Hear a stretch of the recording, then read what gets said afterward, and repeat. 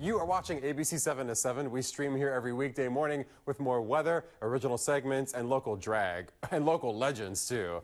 It's that time of the year for the final boss of Pride parties, Juanita Moore's Pride celebration. Tickets are already on sale, and of the fun things that we look forward to every year, honestly, it's the party poster reveal for me. So feast your eyes on this year's edition.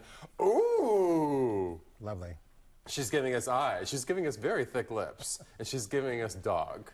And the Castro Theater coming right out of your head, almost like a unicorn, Miss Juanita Moore. Joining us live in studio, of course, Juanita Moore, and also Cecilia Chung, San Francisco legend, Director of Evaluation and Strategic Initiatives at the Oakland base, whose story was featured in ABC's miniseries When We Rise.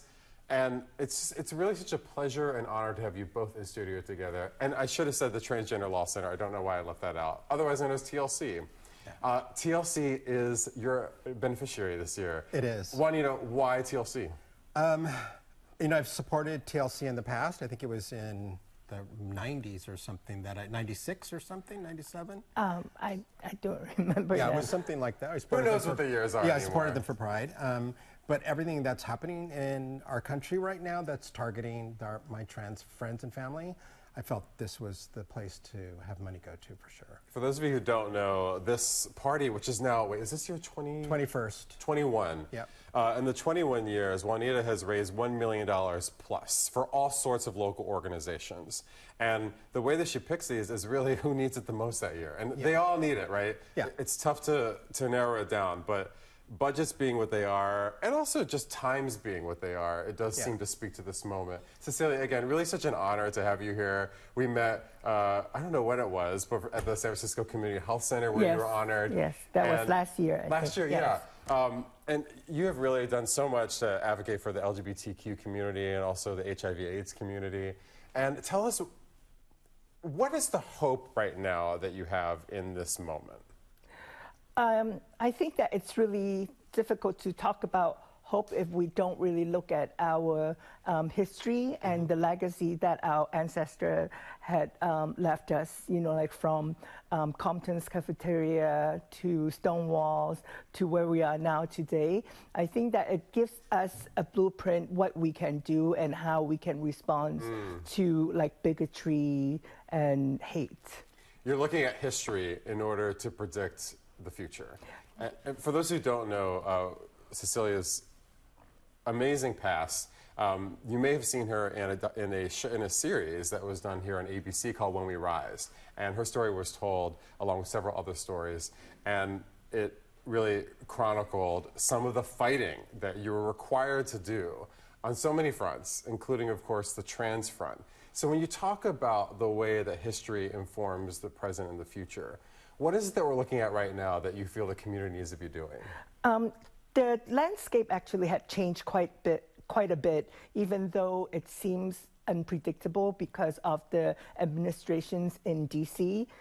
What we have gained in California, at least, you know, like we gained that like for good. We are not going to lose our right just because, you know, like someone in DC say, oh no, we have to write you into oblivious.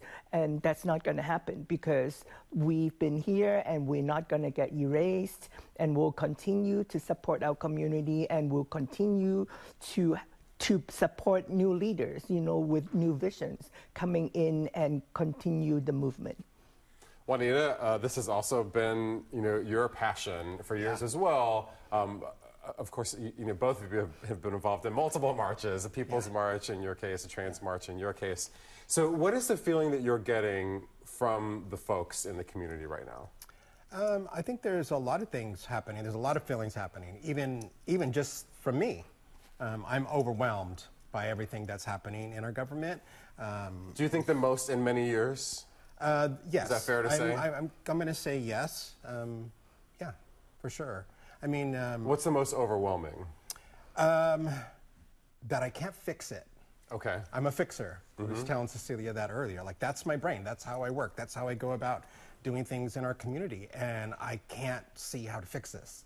So that keeps making me just question how and what and why and get confused or watch the news and get pissed off and then have to figure out how to chill out for a second. Then I got to put the wig on and I got to go make everybody happy for a couple hours. So yeah, combination of things. Well, Cecilia, when you hear someone say that I don't know how to fix it and that is frustrating to me, what is your answer?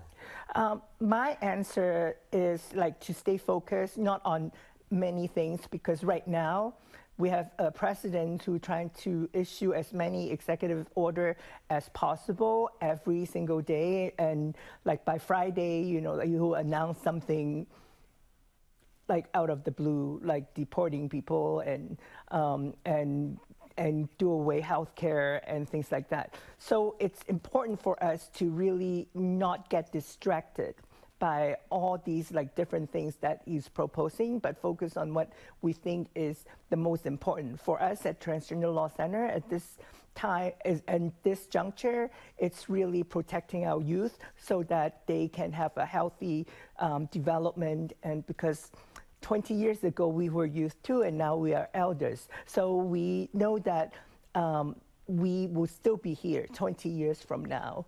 It will be a different world by then.